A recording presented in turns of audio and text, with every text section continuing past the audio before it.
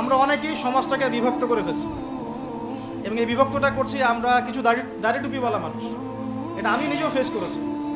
কিছু দাড়ি টুপিওয়ালা মানুষ আমরা সমাজটাকে এভাবে বিভক্ত করেছি, তোমরা জেনারেল, আমরা আলেম। তোমরা general, you have come from general background, আর আমরা এসেছি ফ্রম মাদ্রাসা ব্যাকগ্রাউন্ড।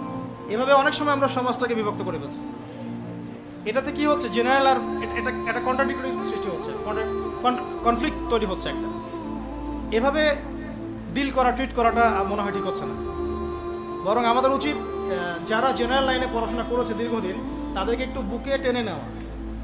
আদারওয়াইজ আপনি তাদেরকে দিন ওইভাবে শেখাতে পারবেন না। মদিনার সবচেয়ে গরিব সাহাবীর নাম বেলাল রাদিয়াল্লাহু তাআলা আনহু। লজ্জাস্থানটা ঢাকার কাপড় ছাড়া তার কিছু ছিল না। ওই বেলাল রাদিয়াল্লাহু তাআলা আনহুকে ডেকে বিশ্বনবী বললেন, আনফিক ইয়া বেলাল, ও বেলাল তুমিও আল্লাহর রাস্তায় দান করো। সুবহানাল্লাহ। আনফিক ইয়া বেলাল লা তাখশা মিন যিল আরশি ইখলালা, ও বেলাল আল্লাহর ধনভাণ্ডারে কমতি নাই, তুমি দান করো, তোমারও বাড়ায়া দিবে কে? যে বেলাল রাদিয়াল্লাহু তাআলা আনহু লুঙ্গিটা পরা ছাড়া আর কোনো সম্পদই ছিল না, এই লুঙ্গিটাই সম্পদ, আর কিচ্ছু নেই। ওই বেলালকে বিশ্বনবী বলেছেন, দান করো বেলাল, কিপটামি করো না।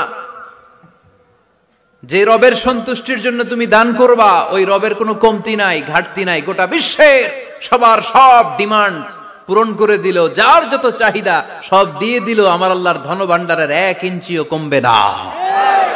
মানুষের জীবনে 4টা জরুরি কাজ। 1, 5 ওয়াক্ত সালাত। এর চেয়ে কোনো জরুরি কাজ মানুষের জীবনে নেই। 2, হালাল রুজি যেভাবেই হোক। 3, কোরআন তেলাওয়াত, অন্তত সূরা ইখলাস। 4, দুইজন যেখানে বসে আছে সেখানে বসবেন না, যার নাম আড্ডা পিটা। ভুলেও কোনোদিন কোথাও বসে গল্প জমাবেন না। গল্প জমাতে গিয়ে হঠাৎ যদি কোনো কথা বদনাম চলে আসে, সারা জীবনের নেকি এক পাল্লায় দিয়ে ওই বদনাম এক পাল্লায় দিয়ে সফল হওয়া যাবে না। স্বামী স্ত্রীর সম্পর্কটা কেমন জানেন? স্বামী স্ত্রীর সম্পর্কটা হচ্ছে হাত আর চোখের মতো। হাত ব্যথা পেলে চোখ দিয়ে পানি ঝরে, আবার চোখ দিয়ে পানি ঝরলে হাত সেই পানি মুছে দেয়, ঠিক কিনা? স্বামী আর স্ত্রীর সম্পর্কটা এরকম হবে, হাত আর চোখ। হাত কেটে গেলে চোখ দিয়ে পানি পড়ে, আবার চোখ দিয়ে পানি পড়লে হাতই ওই পানি মুছে দেয়। সম্পর্কটা এরকম থাকার দরকার আছে না নাই? এজন্য বাপ, আপনারা বারবার যারা বয়ান শুনতে আসছেন, আপনারা ভাগ্যবান, আপনারা ভালো মানুষ। যুবক তোমরা ভালো মানুষ, বাবারা আপনারা ভালো মানুষ। এজন্যই আপনাদেরকে আল্লাহ সুযোগ দিছে। আল্লাহ চায়, এটা বিশ্বাস করেন, যারে আল্লাহ কোরআন শোনার মজলিসে আনছে, আল্লাহ যেন চায়, বান্দা আমি তোরে জান্নাত দিতে চাই রে, এই জন্য না বয়াইলাম রে, তুই মিস করিস না। দেখ তোরে আমি ভালোবাসা আনছি রে, তুই আমার এই আবদার ফিরাই দিস না, আমার এই সুযোগ ফিরাই দিস না বান্দা। আর কিছু কিছু মিডিয়ার কাজ হচ্ছে মানুষকে আতঙ্কিত করা। আজকে কয়টা মরলো, আজকে কয়টা আক্রান্ত হলো, আজকে কয়টা কি হলো। মানুষের সাইকোলজিক্যালি এমন, মানে মাইন্ডসেটটা তৈরি করা হচ্ছে এমন যে ভয়, আতঙ্ক। কেন ভাই, মরবেন না কখনো? সতর্ক থাকার নাম কি এরকম করা? সারা বিশ্বের মানুষকে ভয় দেখিয়ে আতঙ্কিত করে ফেলা হচ্ছে। আর ওইদিকে দেখেন, যাদের যুদ্ধ করার যুদ্ধ করছে, যাদের যা কিছু করার তাই করছে। সারা ওয়ার্ল্ড অ্যাফেয়ার্স কি থেমে আছে? মানুষের দৃষ্টিভঙ্গিকে একদিকে ফোকাস করিয়ে দেয়। আমরা বলছি না যে ভাইরাসের অস্তিত্ব নাই, কিন্তু আল্লাহর চেয়ে বেশি ভয় তাকে করতে হবে কেন? আল্লাহ পাক কোরআনে বলেছেন জান্নাতের মাটি হবে সোনার, আছে না? সোনার, মতির, জহরতের। তো যদি কখনো দেখবেন সায়েন্স বলে যে হ্যাঁ এমন একটা গ্রহ পাওয়া গেছে পৃথিবী থেকে কয়েক কোটি আলোকবর্ষ দূরে, গ্রহের নাম হচ্ছে JNAXYZ.000 অমুক, এদের নামগুলো এমন ভয়ঙ্কর হয় আর কি, তখন দেখবেন বিশ্বের মানুষ বিশ্বাস করবে না? বিশ্বাস নিশ্চিত বিশ্বাস করবে। আমাদের পুরো চিন্তাটাই এখন এমন, সায়েন্স বললে হ্যাঁ আমি হ্যাঁ, ও যদি বলে না আমি না। 20 সেকেন্ড হাত দাও, 20 সেকেন্ডই। মাস্ক না পরলে যাবে না, ভাইরাস যাবেই না, পড়তেই হবে। 3 ফিট দূরে দাঁড়াও, 4 ফিট দূরে দাঁড়াও, ও যা বলবে তাই। এটা শিরক।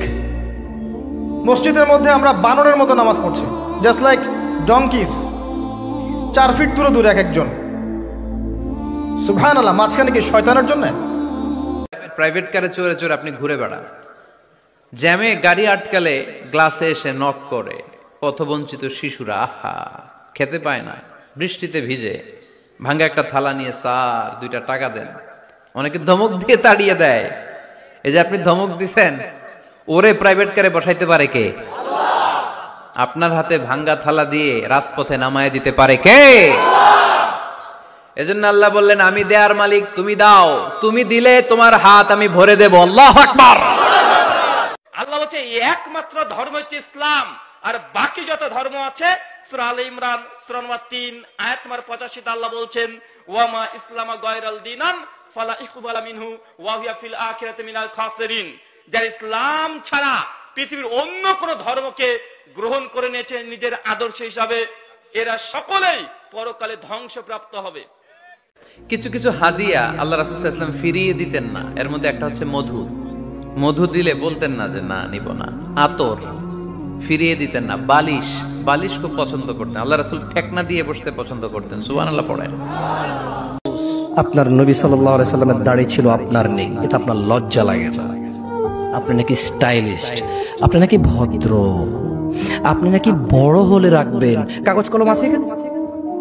আমি বলেছিলাম যে প্রশ্ন আমরা নিই না, আমি কোনো ফকিহ না বা মুফতি না, আমি কোনো কি না, আমি আপনাদের ভাই 2টা কথা বলে চলে যাব, ভালো লাগলে নেবেন, নাহলে বাদ, একদম ছুড়ে ফেলে দেবেন।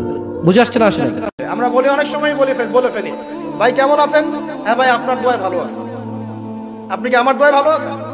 আপনাকে বলতে হবে যে আলহামদুলিল্লাহ, আল্লাহর ইচ্ছায় অতঃপর আপনার দোয়ায় ভালো আছে।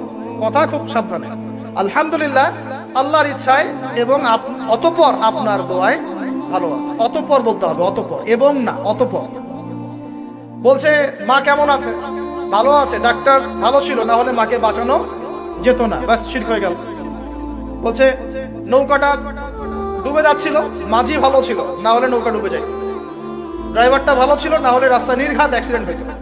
এইটা কথা আমরা চলতে ফিরতে শিরক করতেছি। এই যে ছেলেরা বল, তোমাকে ছাড়া বাঁচবো না, যদি একটা মেয়ের জন্য জীবন দিয়ে দেন, তাহলে আল্লাহর জমিনে আপনি আল্লাহর জন্য কি করবেন?